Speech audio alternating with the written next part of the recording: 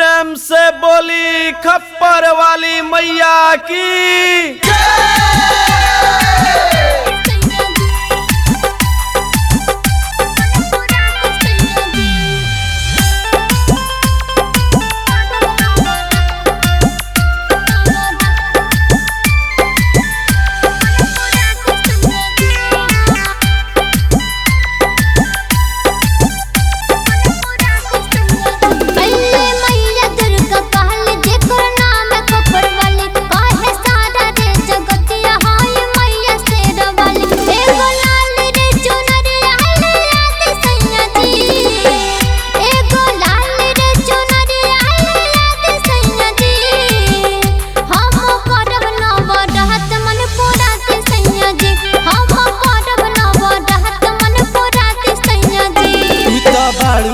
नवेली पातर सीतर आला बेली जूता बाड़ू नई नवेली पातर सीतर आला बेली फुलावा जैसे सुकुमार नागिन जैसी छैल छबेली।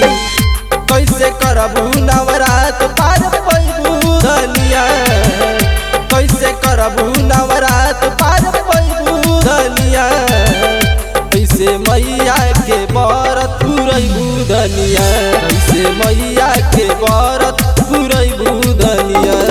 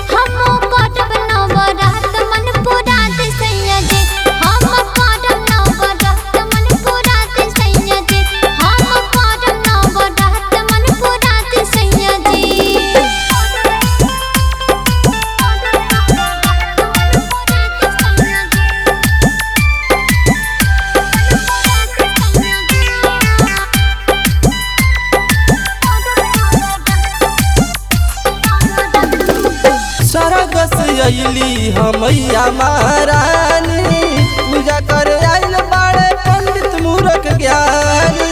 स्वर्ग से अइली हमैया महारानी पूजा करे आइल बाड़े पंडित मूर्ख ज्ञानी।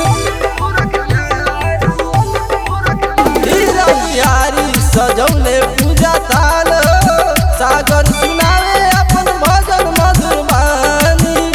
दिल से करबू नवरात पैबू धनिया, दिल से करबू नवरात पार पैबू धनिया, तबे मैया के व्रत पुरैबू धनिया, तबे मैया के व्रत पुरैबू धनिया।